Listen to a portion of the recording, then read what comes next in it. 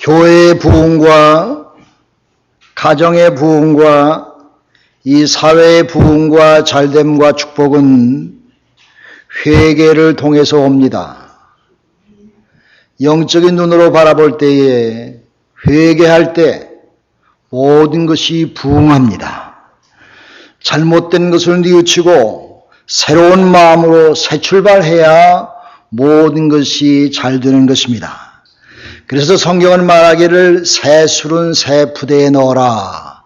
다시 말해서 하나님의 축복을 받기 위해서는 새 마음을 가져야 새 마음의 자세를 가질 때에 새 술은 우리에게 부어진다 하는 그런 말씀입니다. 우리 모두 회개하고 새로워져서 하나님의 축복을 경험하시기를 주님의 이름으로 축원합니다. 여러분, 회개하면 부흥합니다.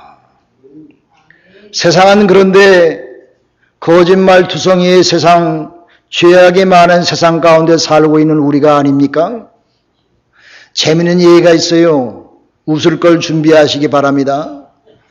어느 변호사님이 개업을 하고 이제 시작하는데 손님이 없어요.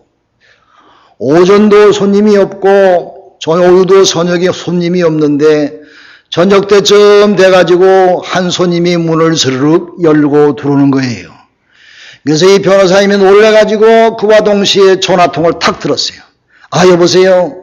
예, 제가 너무 바쁘고 눈꽃 뜰 새 없어 바빠서 얘기를 못했지만은 당신이 부탁한 거 지금 잘 되고 있습니다. 조금만 더 기다리면 문제가 다 해결될 줄로 믿습니다. 그렇게 하면서 설명하고 나서 그 사람은 옆에서 전화가 끊기를 기다리지요. 그래서 딱 끊었어요.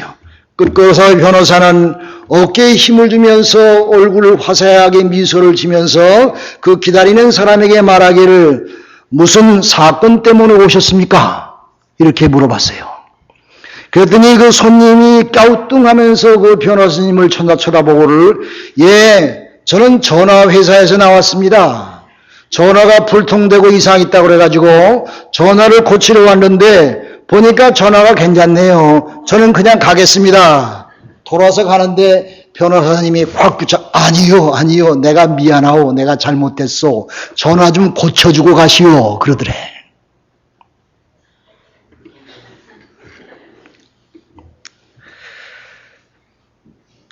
오래전에 아프리카 콩고에서 한 마을 전체가 다 주님 앞으로 돌아오는 놀라운 변화가 있었습니다.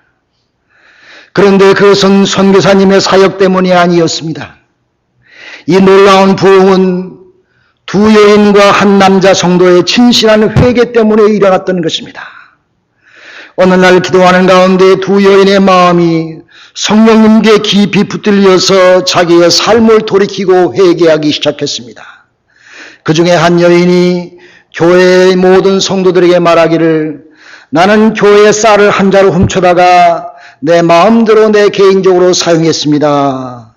양심이 찔려서 내가 한 자루를 다시 가져오면서 여러분한테 잘못하고 회개합니다. 이 쌀은 교회에서 쓰여져야 되는데 내 개인의 욕심이 발동해서 내 개인적으로 썼습니다. 저를 용서해 주세요. 또 한 여성이 일어나서 고백했습니다. 저는 남의 집에서 일하는 사람인데 주인 집에 계란 몇 개를 내가 주인께 말하지도 않고 가져갔습니다. 이것을 회개합니다. 훔쳤습니다. 죄송합니다. 이어서 한 남자가 일어서서 고백합니다. 나는 선교사님을 잘 아는데 그 집에 놀러 갔다가 그 집에 좋은 책이 한 권 있어가지고 내가 그냥 가지고 나왔습니다. 여기 돌려드립니다. 내가 회개합니다.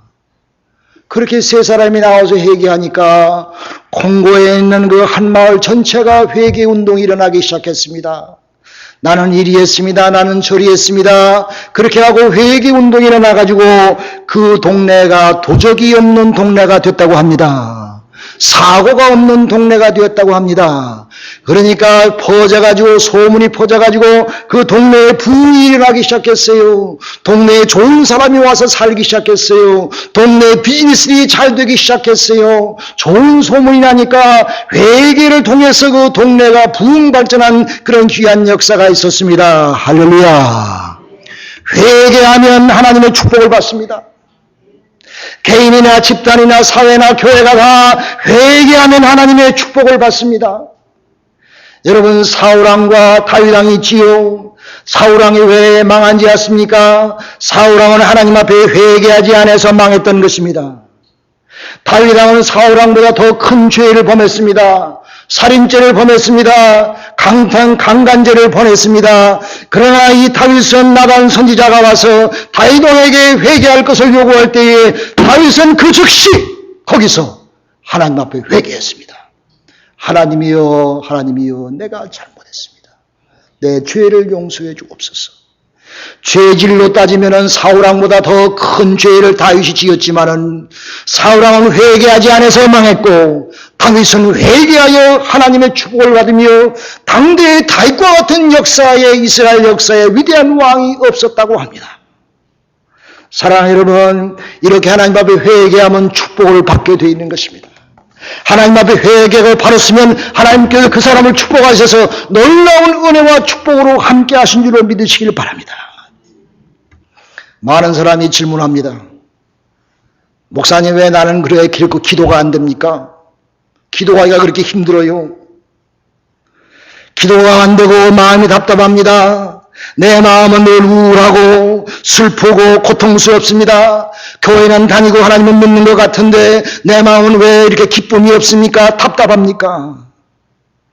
왜 다른 사람은 기도하면 육신의 병도 척척 잘 나며 모든 것이 다 형통하고 정말 다른 사람도 뭐 얼굴에 기쁨이 있는 것 같은데 왜 나는 우울증에 걸려 있습니까? 많은 이유 중에 특별한 이유가 있다고 하면은 그 마음에 메말랐고 남을 용서하지 않는 하시한 마음이 있기 때문인 것입니다. 사랑이 없기 때문인 것입니다. 내가 이웃의 죄를 용서하지 아니하고 하나님께서도 우리를 감옥에 집어쳐 넣으신 것입니다. 눈에는 보이지 아니하지만 영적인 감옥에 갇혀 있습니다. 눈에는 보이지 않지만 마음의 감옥에 갇혀 있습니다. 질병의 감옥에 갇혀 있습니다. 생활의 고난과 시련의 감옥과 시험의 감옥에 갇혀 있는 것입니다. 많은 사람이 눈에 보이지는 않지만은 나는 자유한 것 같은데 실제로는 내 마음이 깊은 감옥 속에 갇혀 있는 것을 우리는 때때로 느끼게 되는 것입니다. 여러분, 실망하지 마세요. 그런데 우리 예수님께서 십자가의 보혈의 용서 때문에 우리에게 사랑의 문을 열어주셨습니다. 예수님의 십자가 때문에, 예수님의 보혈의 피 때문에 우리의 죄가 용서함 받고 이웃에 대한 사랑의 문을 열게 되며 내 마음이 하나님 앞에 가까이 하게 되며 하나님의 사랑을 내가 흠뻑 받으니 하나님의 은혜 속에서 내가 승리하고 살 수 있는 자신감이 생겨지게 되는 것입니다. 우리는 미움이란 마음의 앙금을 다 청산하시기 바랍니다. 용서와 사랑의 아름다운 꽃을 여러분의 생활 속에서 피우시기를 주님의 이름으로 축원합니다. 여러분, 오늘은 주기도문에 있는 말씀이지요. 우리의 죄를 용서해 주옵소서. 예수님께서 이 기도에 대해서 가르치면서 너희는 우리의 죄를 지은 자를 사하는 것 같이 우리 죄를 사하여 주옵소서라고 기도하라고 가르쳐 주셨습니다. 여기서 우리는 우리라는 말을 좀 주목해 보아야 됩니다. 왜 예수님께서 나가 아니라 우리라는 말로 기도를 가르쳐 주셨을까? 나의 죄를 용서해 주라고 기도하지 않고 왜 우리의 죄를 용서해 주옵소서라고 기도하라고 하셨을까? 우리의 죄를 우리에게 용서해 주옵소서라고 왜 예수님은 우리에게 가르쳐 주셨을까? 하나님 앞에서 용서를 구할 때는 나 자신만의 죄가 아닌 것입니다. 우리 모두가 함께 지은 죄에 대해서 용서를 구하라고 예수님께서는 우리에게 가르쳐 주신 것입니다. 여러분, 우리 모두가 같이 지은 죄가 무엇일까요? 같이 도적질을 했을까요? 같이 누구를 죽였을까요? 우리가 같이 지은 죄가 무엇입니까?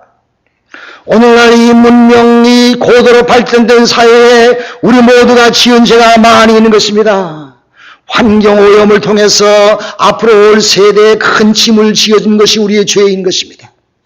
좀 발전된 나라는 다 원자로를 만들어가지고 원자로에서 쉽게 에너지를 빼내면서 자기의 생활을 안녕하게 좀 잘 살게 하기 위해서 원자로를 만들어 놓고 거기서 나오는 원자 폐기물을 가지고 고민하고 있습니다. 가난한 나라에다가 팔아버립니다. 원자 폐기물을 어찌할 수 없어 원자 폐기물은 자손 대대의 조주가 매는 땅을 만드는 것입니다. 자기 나라가 잘 살기 위해서 나라의 욕심을 채기 위해서 원자로를 만들어 편하게 살기는 살지만은 그러나 결국은 자손 대대의 큰 죄를 낳고 있는 것을 우리는 알게 되는 것입니다. 우리가 다 그 혜택을 받고 살지 않습니까? 또 오늘날 경제 대국의 경제를 휘어잡은 사람들이 자기 개인의 탐욕을 이루기 위해서 경제적으로 세상의 경제를 다 휘둘릅니다.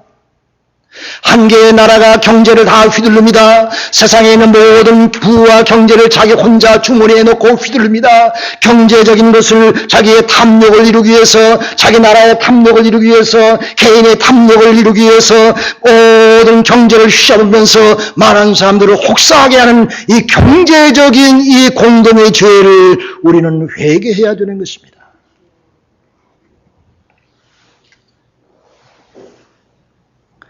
둘째로 우리는 회개할 것이 있습니다. 왜 우리의 죄입니까?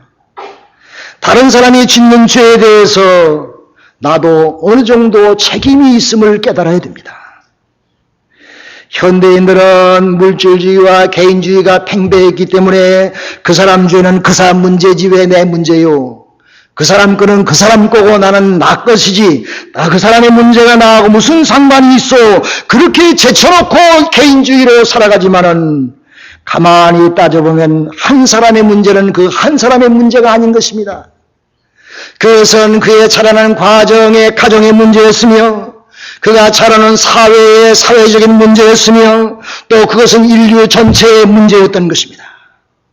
그것을 인정한다고 하면은 지구 반대편에서 일어나는 큰 사건을 바라보면서 우리가 공동적으로 그것도 내 죄이구나 라고 깨달으면서 기도해야 되지 않겠습니까?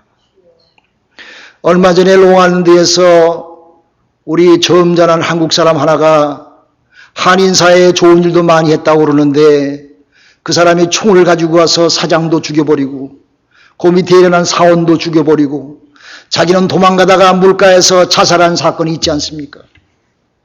점잖은 사람입니다. 좋은 일도 했던 사람입니다. 그런데 그런 일이 있는 것이 어찌 그 개인의 잘못이라고만 얘기할 수 있겠습니까? 아마 사장님도 뭐가 잘못이 있었을 것입니다. 그 회사에 무슨 잘못이 있었을 것입니다. 그러므로 이 사람이 그것을 보고 분노가 치켜올라서 한계점에 도달하 마침내 총을 들고 그런 일을 벌이지 않았습니까? 어찌 이것이 그 한 개인의 잘못이라고 얘기할 수가 있습니까? 고매하신 은퇴하신 존경스러운 목사님께서 이런 말씀을 하셨어요. 세상에 악한 사람은 하나도 없습니다. 악한 사람은 없습니다. 그러나 상처받은 사람이 있을 뿐입니다. 그렇게 얘기했대요. 상처를 넘어받아가지고 그 상처를 부둥켜 안고 살다가 어찌할 수 없어서 큰 범죄를 저지르게 된다는 말인 것입니다. 사랑하는 여러분, 우리는 이웃의 죄에 대해서 적나라하게 비판할 때가 많이 있습니다. 죄를 정죄할 때가 많이 있습니다. 나는 저 사람보다 깨끗해. 나는 저 사람보다 의인이야. 나는 저 사람보다 정직해. 라고 하는 교만한 마음, 남을 업신여기는 그런 마음 가운데서 남을 정죄하는 것입니다. 우리의 삶이 얼마나 긴밀하게 복잡하게 얽혀 있는지 모르는 것입니다. 한 사람이 범죄를 볼 때에 우리가 마음속으로 하나님이여 주여 우리의 죄를 우리에게서 용서해 주옵소서라고 하는 그런 공범의 마음을 가지고 그 사람을 위해서 기도할 수 있는 그런 마음이 있어야 되는 것입니다. 오늘 인류의 문제는 죄에 대한 우리의 연대성이 있는 것입니다. 공범자인 것입니다. 자기네 그런데 오늘날 현대에 자기 자신의 죄도 인정하지 않지요. 오히려 자신의 죄를 남에게 돌리는 그런 시대에 맞이하지 않았습니까? 와가지고 일부러 차를 들이받고 말이에요. 받은 사람이 수해. 그런 세대를 맞이했는데 하물며 저 사람의 죄를 내 죄로 자각하고 그 사람의 죄를 위해서 내가 대신 회개하며 기도하고 인정한다는 것은 가능합니까? 세상 사람들에게 가능합니까? 자기 죄도 인정하지 않는데. 사랑하는 여러분, 예수 그리스도께서 인류의 모든 죄악을 담당하시고 십자가 위에서 우리의 죄를 대신해서 죽으셨습니다. 죄 안에서 우리가 모두 연결되어져 있고 우리가 모두 죄인인데 예수님께서 우리의 공동의 죄를 대신해서 그가 처참하게 죽으셨습니다. 우리의 죄 때문에, 우리 모두의 죄 때문에 주님께서 우리에게 보혈의 피를 흘리시며 죄사함 받게 하셔서 영원한 구원의 백성으로 살게 해주었습니다. 우리는 우리의 죄를 우리에게 용서해 주옵소서라고 하는 그런 기도가 있어야 될 줄로 믿습니다. 예수님의 십자가의 보혈의 피를 우리가 바라보면서 이웃의 어떤 사람의 잘못하는 것을 볼 때에 아버지여 저것이 내 탓입니다. 내 잘못입니다. 내 탓이요라고 hon곡하며 그 사람을 위해서 기도할 수 있는 그런 우리의 넓은 마음과 사랑의 마음이 있어야 될 줄로 믿습니다. 여러분, 예수님께서 이렇게 말씀하셨어요. 너희가 누구의 죄든지 용서하면 그 죄가 용서될 것이요 용서해 주지 아니하면 그대로 남아있을 것이다 그랬습니다. 어떻게 보면 앞뒤가 맞지 않지 않습니까? 죄를 용서해 주는 것은 하나님인데 하나님만 용서해 주시지 내가 무슨 용서를 해. 그런 성서적으로 맞지가 않는 얘기같이 우리가 들리지 않습니까? 죄를 용서하는 권한은 하나님에게만 있는데, 그런데 여러분, 이 용서란 말을 어원을 깊이 따져보면 그 용서란 말을 풀다는 말이 거기 뜻이 담겨져 있습니다. 푼다고 하는 맛인 것입니다. 매듭지어진 것을 푼다고 하는 것입니다. 용서로서 죄의 매듭을 풀면 풀린다는 말인 것입니다. 내가 풀어야 된다는 말이에요.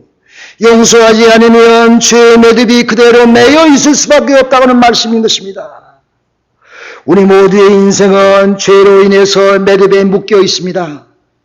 하나님과 우리 사회에도 수없는 매듭들이 묶여 있습니다. 회개하지 않는 한, 깨어있지 않으면 우리는 매일 하나님께 매듭만 만들고 사는 죄인으로 전락할 수밖에 없는 것입니다. 누군가에게 분노를 품으면 자신의 마음의 매듭을 내가 스스로 만드는 것입니다. 분노가 강하면 강할수록 그 매듭은 크고 단단해지는 것입니다. 스스로 묶고맨 마음의 매듭이 그 사람을 또한 강하게 지배하게 되는 것입니다. 영적인 삶도 매듭이 지어져서 풀려지지 않고 육신의 건강도 매듭이 비어져서 풀려지지 않고 우리의 삶의 모든 일도 매듭이 지어져서 맥히고 풀려지지 않는 그런 인생을 우리가 살게 되는 것입니다. 그래서 매듭을 푸는 일은 용서하는 것입니다. 그것은 나 자신을 위해서 먼저 해야 되는 것입니다. 용서하지 않으면 분노가 그 사람의 삶을 지배하게 되는 것입니다. 분노는 당사자에게 표출되며 그 사람의 매듭이 묶여져서 감옥 속에 살게 되는 것입니다. 그래서 많은 사람들 사이에서 수많은 매듭의 존재가 있는 것입니다. 인간관계 중에서 가장 심하게 꼬이고 엉킨 매듭은 가까운 사람에게서부터 더 많이 생깁니다. 남편과 부인 사이의 매듭이 있습니다. 풀려지지 않습니다. 아주 복잡한 매듭이 있습니다. 설명하기도 힘든 매듭이 있습니다. 친척 사이에도 매듭이 있습니다. 물질로 인하여 여러 가지 문제로 인하여 친척 사이에 매듭이 맺어져 있습니다. 사람을 많이 하면 할수록 자꾸 매듭이 더 많이 생깁니다. 가족 사이에, 가까운 사이에, 30년, 40년 같이 친하던 친구 사이에 매듭이 맺어집니다. 가족들 사이에 엉키고 꼬이면 모든 많은 사람들이 무덤까지 그것을 가지고 갑니다. 누구를 만나든 매듭을 만들게 되어 있는 것입니다. 세월이 가면 갈수록 가족 사이가 점점 멀어지고 친구 사이가 점점 멀어지고 매듭 때문에 부자연한 관계들이 자꾸 생기며 일도 자꾸 꼬이게 되어 있는 것입니다. 여러분, 멀리 있는 사람보다 가까운 사람 사이에 매듭이 더 무서운 거예요. 멀리 있는 사람은 잊어버리지 뭐. 그때 그랬어. 나하고 뭐 별 볼 일 없는 사람인데 그때 좀 그랬으니까 잊어버리고 용서하지 뭐. 그렇게 쉬운데, 그런데 가장 가까운 사람들끼리 맺어진 매듭은 참 힘들게 풀기가 힘듭니다.